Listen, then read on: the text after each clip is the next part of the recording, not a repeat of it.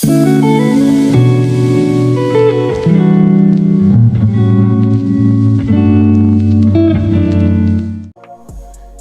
All, welcome back.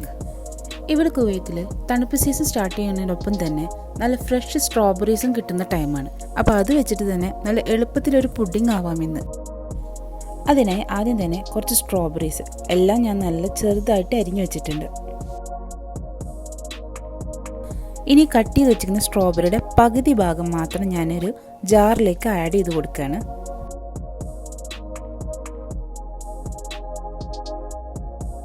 ഇനി നമുക്കിത് വെള്ളമൊന്നും ആഡ് ചെയ്യാതെ തന്നെ നന്നായിട്ടൊന്ന് അരച്ചെടുക്കാം.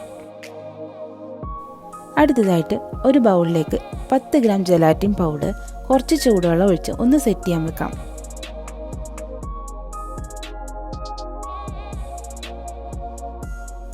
അപ്പോൾ ജെലാറ്റിൻ ഒന്ന് സെറ്റായി വരട്ടെ. അപ്പോഴേക്കും നമുക്ക് അടുപ്പത്തൊരു പാൻ വെച്ച് 2 കപ്പ് പാല് ഒഴിച്ചു കൊടുക്കാം. അതോടൊപ്പം തന്നെ ഒരു 1/4 കപ്പ് പഞ്ചസാര കൂടി നമുക്ക് ചേർത്ത് കൊടുക്കാം. ഇത് രണ്ടും നന്നായി ഒന്ന് മിക്സ് ചെയ്ത് പാലൊന്ന് തിളപ്പിക്കാൻ വെക്കാം.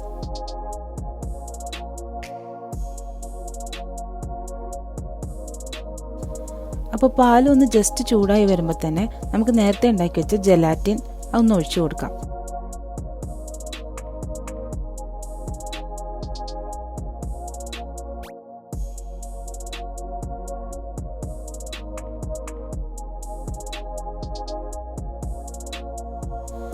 അപ്പോൾ പാലിതാ തിളച്ചിട്ടുണ്ട്.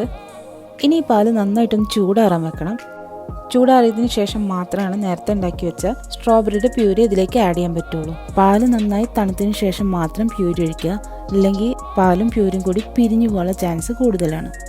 അപ്പോൾ ഇതാ പാലൊക്കെ ഇവിടെ നന്നായിട്ട് ചൂടാറിയിട്ടുണ്ട്. ഇനി നമുക്ക് നേരത്തെ തയ്യാറാക്കിയ സ്ട്രോബെറിയുടെ പ്യൂരി ഇതിലേക്ക് ആഡ് ചെയ്ത് നന്നായിട്ടൊന്ന് മിക്സ് ചെയ്ത് കൊടുക്കാം.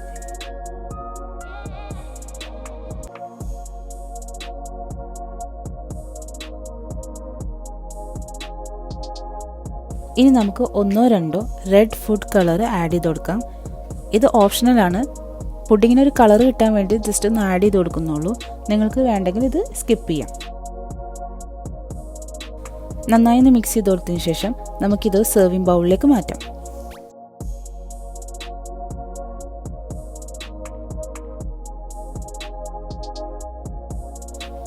ഇനി നമുക്കിതൊന്ന് ഫ്രിഡ്ജിലേക്ക് വെച്ച് ഒരു അരമണിക്കൂർ സെറ്റ് ചെയ്യാൻ വെക്കാം. അപ്പോൾ പുഡിംഗ് ഇരുന്ന് സെറ്റ് ആവുന്ന ടൈമിൽ നമുക്ക് അതിന് വേണ്ടിയിട്ടുള്ള ടോപ്പിങ്സ് കൂടി ഒന്ന് ഉണ്ടാക്കാം. അതിനായിട്ട് നേരത്തെ ചോപ്പ് ചെയ്ത് വെച്ചിരുന്ന സ്ട്രോബെറീസിൻ്റെ ബാക്കി പോർഷൻ ഒരു പാനിലേക്ക് ഇട്ട് കൊടുക്കാം. അതോടൊപ്പം തന്നെ 1 ടേബിൾ സ്പൂൺ പഞ്ചസാര കൂടി ആഡ് ചെയ്ത് കൊടുക്കാം. ഇനിയിപ്പോൾ നിങ്ങൾക്ക് കിട്ടിയ സ്ട്രോബെറി നല്ല പുളിയാണ് എന്നുണ്ടെങ്കിൽ 1-2 സ്പൂൺ എക്സ്ട്രാ ആഡ് ചെയ്ത് കൊടുക്കാം കേട്ടോ.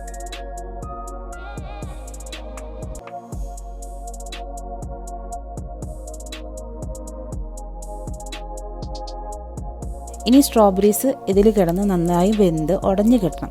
അപ്പോൾ അതിന് വേണ്ടിയിട്ട് കുറച്ച് വെള്ളം കൂടി ഇതിലേക്ക് ഒന്ന് ഒഴിച്ചു കൊടുക്കാം. ഇനി ഇത് നന്നായിട്ട് ഒരു 5 മിനിറ്റോളം ഇളക്കി നന്നായി വേവിച്ച് ഉടച്ച് കിട്ടണം.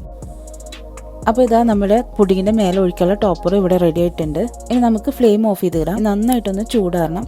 ശേഷം മാത്രമാണ് നമുക്ക് പുഡിങ്ങിൻ്റെ മേലെ ഒഴിക്കാൻ പറ്റുള്ളൂ. അപ്പോൾ നമ്മൾ നേരത്തെ ഫ്രിഡ്ജിൽ കയറ്റി വെച്ച പുഡിംഗ് ഒക്കെ സെറ്റ് ആക്കിയിട്ടുണ്ട്. ഇനി നമുക്ക് ഉണ്ടാക്കി വെച്ച സ്ട്രോബെറി ടോപ്പർ കൂടി ഇട്ട് കൊടുത്താൽ പുഡിങ് സെറ്റാണ്.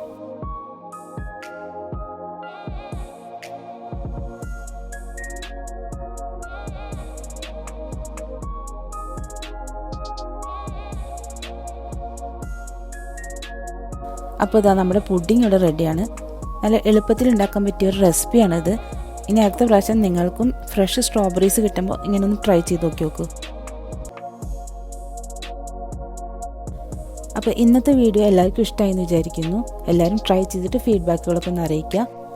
അടുത്തൊരു പുതിയ വീഡിയോ ആയിട്ട് പിന്നെ കാണാം.